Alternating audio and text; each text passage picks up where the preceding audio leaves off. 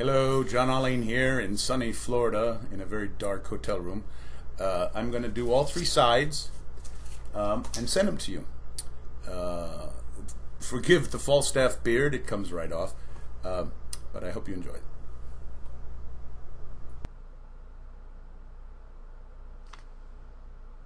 What do you make of this, Lieutenant? Well, I don't know, sir. I can't read it from here.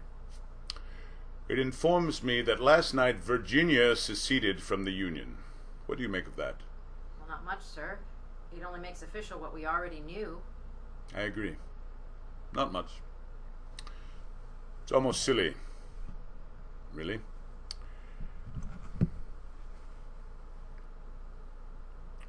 What did you want, Lieutenant? There's a Negro slave outside who is demanding to speak with you.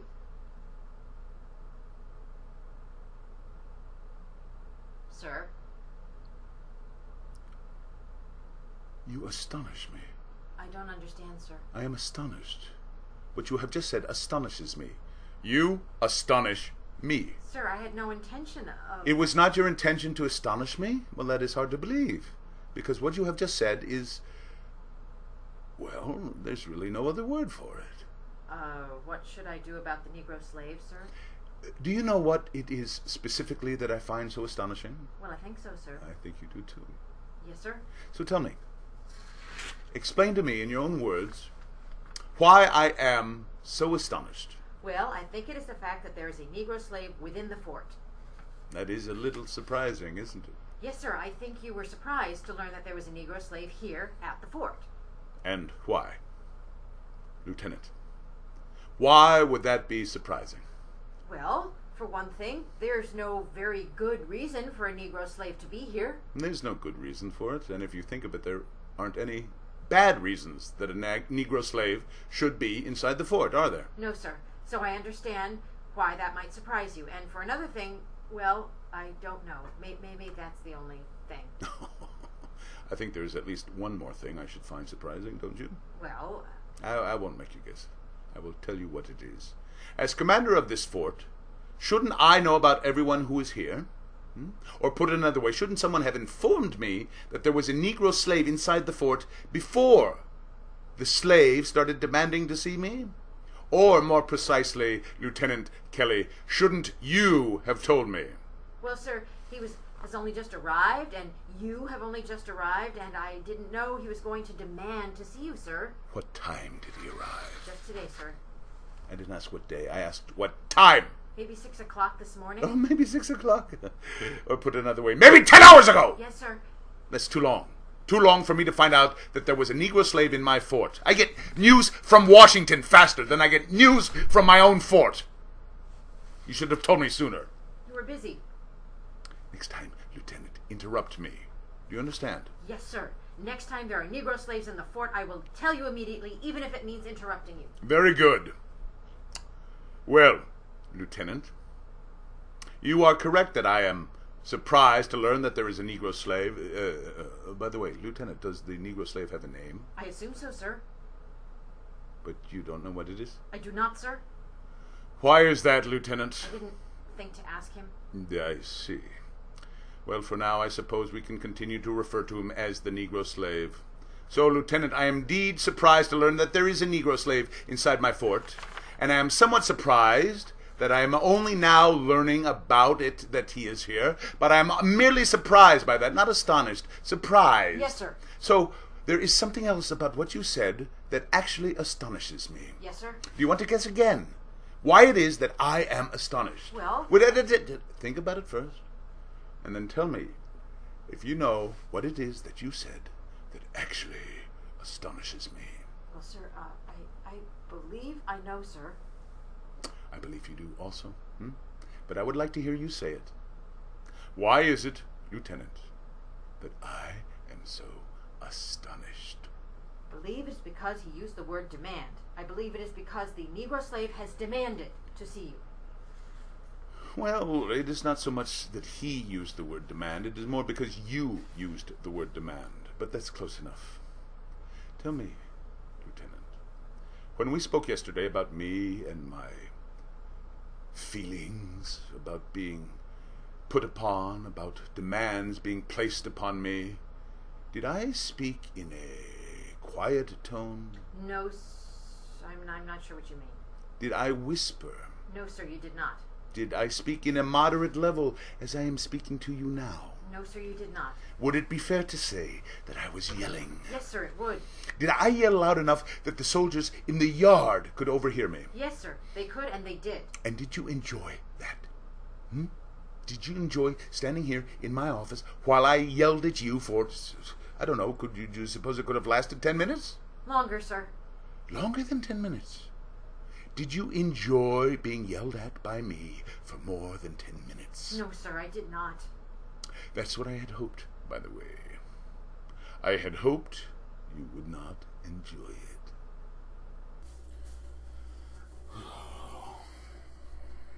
Okay, I'm going to tell you something, and you're going to think I'm crazy. I already think you're crazy. You like me. I beg your pardon? I think you will regret sending me back because I think you like me. Nobody likes you. You told me so yourself. I exaggerated. Very few people like me, but I think you're one of the few who does. I think you like me. Mr. Mallory, I can assure you I do not like you. I think you do. Why would I like you? There's absolutely nothing likable about you. Must be something. Well, you were dismissed to your cell, Mr. Mallory. You want to know why you like me? I said you were dismissed. Don't you want to know why you like me? No, Mr. Mallory, I am content to let it remain a mystery, huh? You are dismissed! It's because I remind you of you. It's because I'm just like you. What? Only real difference between you and me is, well, you know. Mr. Mallory. You like Sherry, but other than that. You aren't like anybody else. You said so yourself. I said that before I got to know you. I am nothing like you. You don't want to think so, but deep down, I believe you know that you and me, we've got the same brain. You are an arrogant oddity. So are you. And I hope you know that when I say that, I mean no offense. You are very nearly insane. Well, sir, don't make me say it. I can't think of a single way in which I am anything like you. You're scared and overly confident all at the same time. I am not scared. I think you are. I think the idea of this war scares the devil and all of his friends right out of you. But you balance that fear with being overly confident. I do that too. It's that confidence, that arrogance that makes it possible for you to be a major general. I believe if I was white, I would be a major general too. You're ridiculous. There is no way you would ever be a major general. Well, not in any white man's army, that's for sure, but I'm sure that if you were black and I was white, that you would be a slave and I would be a major general. It's comforting for me to know that. You would make a terrible major general. Well, you haven't exactly been tested yet. Maybe you're a terrible major general too. That's enough, Mr. Mallory. I have run out of patience. Stop talking. That's another thing. Neither one of us wants to let anybody else have the last word. I said that's enough, Mr. Mallory. Yeah, you said that. But all I have to do is say one more thing, and then you'll say one more thing, and you will not let it go until you've had the last word. I'm done with this conversation, Mr. Mallory. Report to Lieutenant Kelly. Yes, sir, right away. Let me just say, I am proud to be so much like you. And then we will let that be the last word. I am not like you. You see? You couldn't let that be the last word. You want me out of your office. I had my hand on the door now, but you can't let me leave because you have to have the last word. This will be the last word. Report to Lieutenant Kelly. Yes, sir. I knew you were going to say that. And we'll just let that be the last word. We do not think alike. See, you did it again. Exactly like I would have done. That's it, Mr. Mallory. I will now take you back to your cell, myself. I guess I'm lucky you didn't kill me. You're lucky I don't kill you. Whoa! Careful with that. There's no reason for that. It makes me feel better. If you want to shoot me, why did you stop Lieutenant Kelly? Because I know what you are trying to do. And this relaxed, arrogant attitude of yours ends now. Go back to being afraid. Huh? You should be afraid because you are about one smart remark away from being dead. Do you hear me? Well, go ahead and kill me. I attacked you. You did not! If you attack a man, you grab him by the throat and you don't let go until he's dead. Or you pick up something heavy and you beat him with it until he stops breathing. That's how you attack a man. What you do not do is you do not slap him across the face and then wait to see what happens next. You weren't trying to attack me. You were trying to get arrested.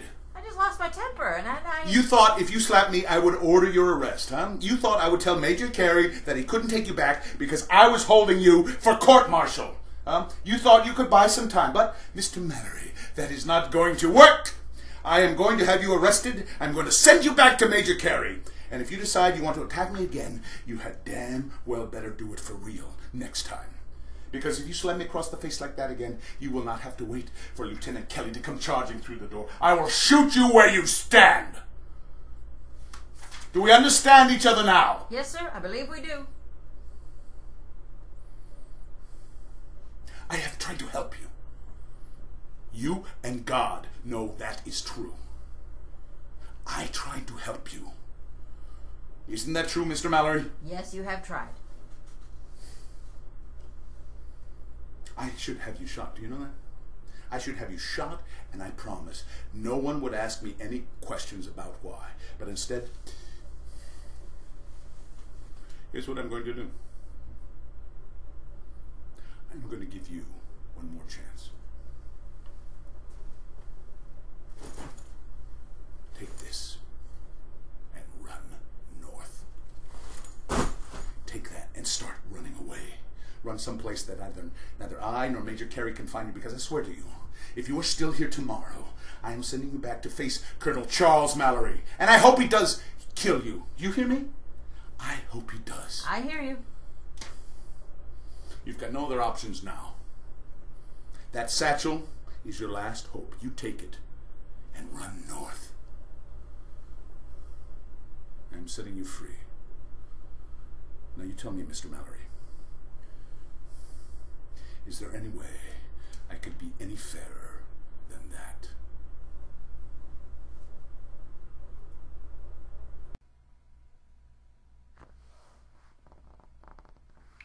I've heard extraordinary things about you, Shepard Mallory. I've heard that I should be very careful around you. It has been suggested to me that I should be armed when talking to you. Has it now? Yes, it has. I'm not armed. Should I be? I can't think why that would be necessary.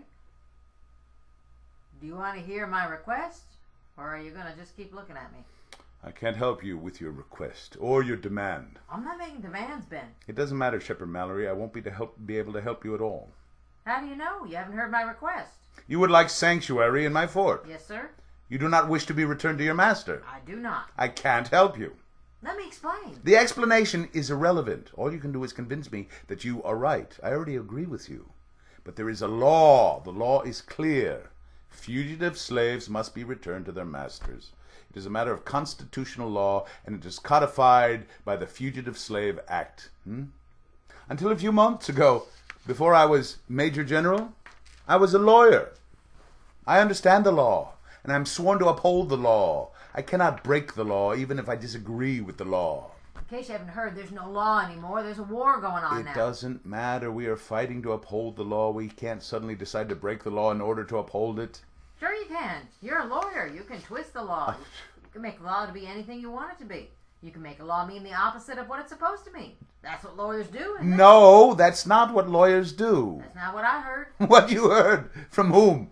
I can't remember exactly where I heard that. Shepard Mallory, do slaves spend a lot of time talking to each other about lawyers? I heard a good lawyer can always use convoluted reasoning to find a loophole. I don't know who's been telling you about lawyers, but you have been seriously misinformed. A lawyer's job is to advocate for his client within the framework of the law. We build the best case we can given the law, but we do not bend the law or twist the law. We do not look for loopholes. We don't... Did you say convoluted? Sir?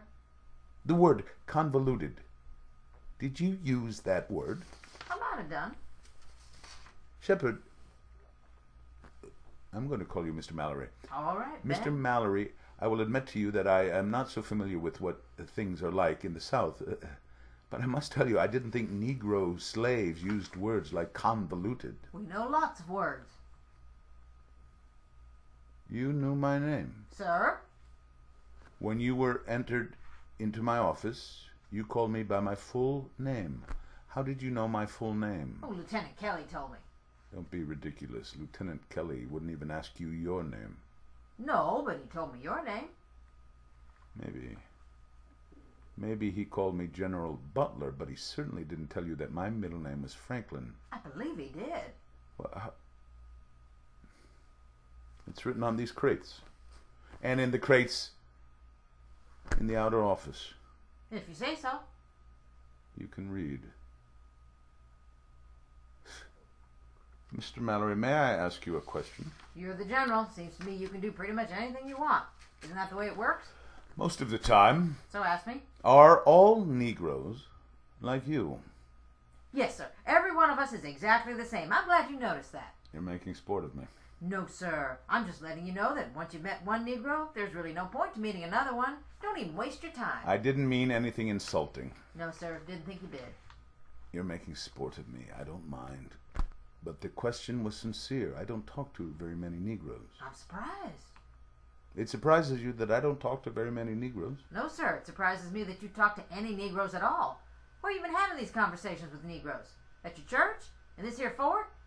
Maybe when you were at West Point? Just where you been conversing with Negroes? I didn't go to West Point.